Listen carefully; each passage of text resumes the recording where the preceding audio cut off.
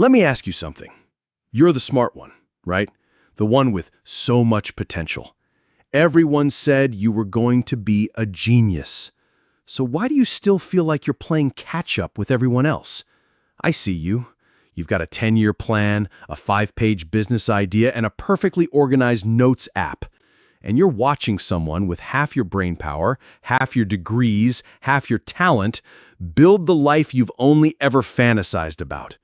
They're launching their company while you're still designing the perfect logo. They're closing deals while you're still crafting the perfect cold email. It feels like your own intelligence has built a prison around you. But here's the thing. It's not your intelligence that's the problem. It's what you were taught to do with it. This isn't just another video about productivity hacks. This is a story about the lies you've been told and the one dangerous truth that's holding you back. This is about the genius trap. You know what's funny? The smarter you get, the harder it becomes to do anything simple. It's like being a world-class chef who's so overwhelmed by the thousands of recipes they know, they just order takeout every night. Think about it. When you first started a project, when you were a beginner, things were simple. You wanted to start a podcast? You just hit record on your phone. You wanted to build a website? You picked the first template you saw. Your ignorance was your superpower. It lets you take action. But now, you've read every book, watched every tutorial, and joined every group. You're an expert on launching a business, but you've never launched one. You're a master of building a brand, but you don't have one. Your brain sees a simple choice and turns it into a doctoral dissertation. This isn't thinking. This is hiding behind analysis. This is your subconscious building a wall of knowledge to protect you from the possibility of failure. Because if you don't act, you can't fail, but you also can't succeed. You're not being brilliant. You're just paralyzed by possibility. Perfectionism isn't a badge of honor. It's a disease, and it's the most expensive word in your vocabulary. It's cost you more money, more time, and more opportunities than any mistake ever could, because mistakes can be fixed. Perfect never arrives. I've seen it 100 times. A brilliant writer with 17 books in their draft folder, a talented musician with a hard drive full of unreleased tracks, a promising entrepreneur with a launch plan that's been 90% ready for 3 years. You tell yourself it's about quality. You say you're just paying attention to the details. But what if it's really just fear wearing a mask of productivity? You're terrified that if you release something that isn't perfect, people will see your flaws. They'll see you're not as smart as they thought. And here's the most chilling realization. Perfectionism isn't about the end result. It's about preserving the fantasy of your unlimited potential. You'd rather never finish and maintain the illusion that you could have created a masterpiece than risk finishing something that's just good. But while you're polishing, someone else is profiting. While you're perfecting, they're progressing. Done beats perfect every single time. For years, you were rewarded for being the smartest person in the room. In school, you were the one who had all the answers, the one who solved the hardest problems alone. And you were taught that being right was the ultimate goal. But outside the classroom, success is a team sport, and you've been playing it alone. Think about it. How do you feel about small talk? Awkward, right? Why waste precious brain cells on the weather when you could be discussing philosophy? Why talk about sports when you could be solving world hunger? You see these conversations as pointless. But here's what you're missing.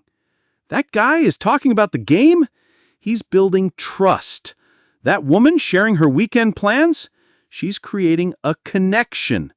These seemingly pointless conversations are the very foundation of relationships. Your brilliance is worthless if no one wants to work with you. Your ideas are meaningless if you can't get anyone to help you execute them. The people who are passing you by, they aren't smarter than you. They're just better at the game that actually matters. They're better at being human. Connection beats perfection every single time. Here's a bitter truth. The smarter you are, the more likely you are to have a fixed mindset. It's an insane paradox. The people who could learn anything are the most afraid to learn. Why? Because your intelligence isn't just a trait, it's your identity. It's the thing you've been praised for your entire life. So when something becomes difficult, you don't see it as a challenge, you see it as a threat. If you struggle, it means you're not as smart as everyone thought. If you fail, it means your identity is a lie. So you quit. You self-sabotage. You stay in your comfort zone where your intelligence is never truly tested. And you tell yourself the biggest lie of all. I could have done it if I really tried. But growth requires failure. It requires looking stupid. It requires being a beginner again.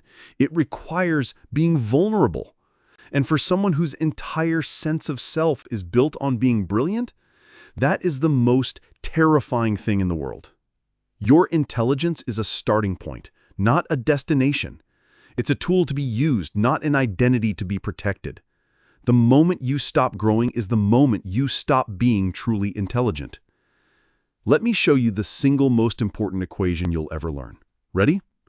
Performance equals talent times effort squared. Write that down. Tattoo it on your brain, because it explains why you're losing to people you could outsmart in your sleep. Effort squared. That means effort counts twice as much as talent. Literally, mathematically, provably.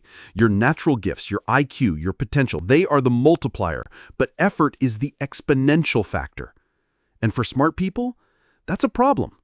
Because we've been coasting on talent our entire lives. We got A's without trying. We were rewarded for being quick, not for being dedicated. We never had to build the effort muscle. We never learned how to grind. We have a Ferrari engine, but a tricycle work ethic. So you can quote every productivity guru. You can tell me the most efficient way to do everything. But can you show up for 5 minutes and actually do the thing? Consistent average effort beats sporadic genius every single time. The person who shows up daily will destroy the person who shows up brilliantly once a month.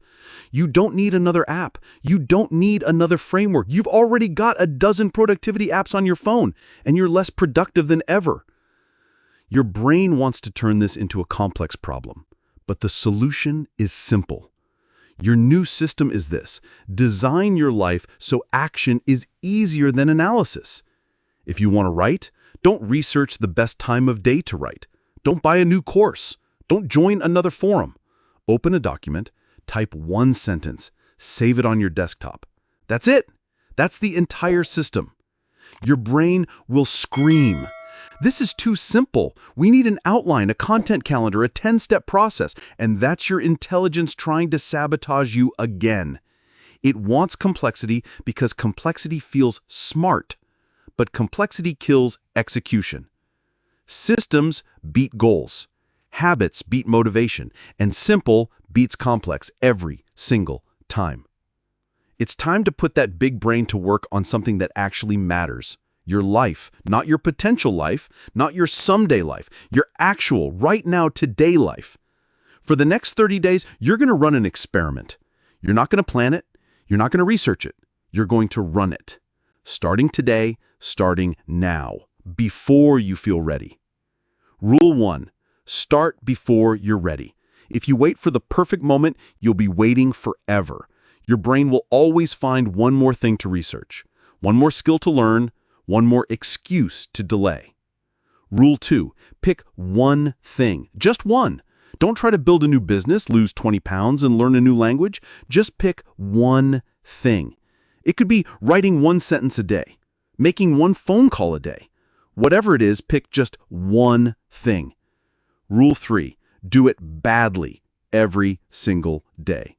Give yourself permission to suck, permission to be an amateur, permission to make mistakes.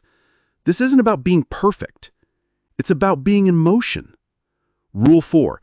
Document everything. Not to analyze, not to optimize, but just to prove to your overthinking brain that action beats intention, that done beats perfect, that moving beats thinking. In 30 days, you won't be perfect, but you'll be different. You'll be in motion. You'll be doing. Your IQ gave you potential, but only action gives you power. The question is, are you smart enough to stop being so smart? I hope this video was helpful. If you're ready to start building momentum, hit the like button and let me know in the comments which of these traps you're stuck in. I will read every single comment.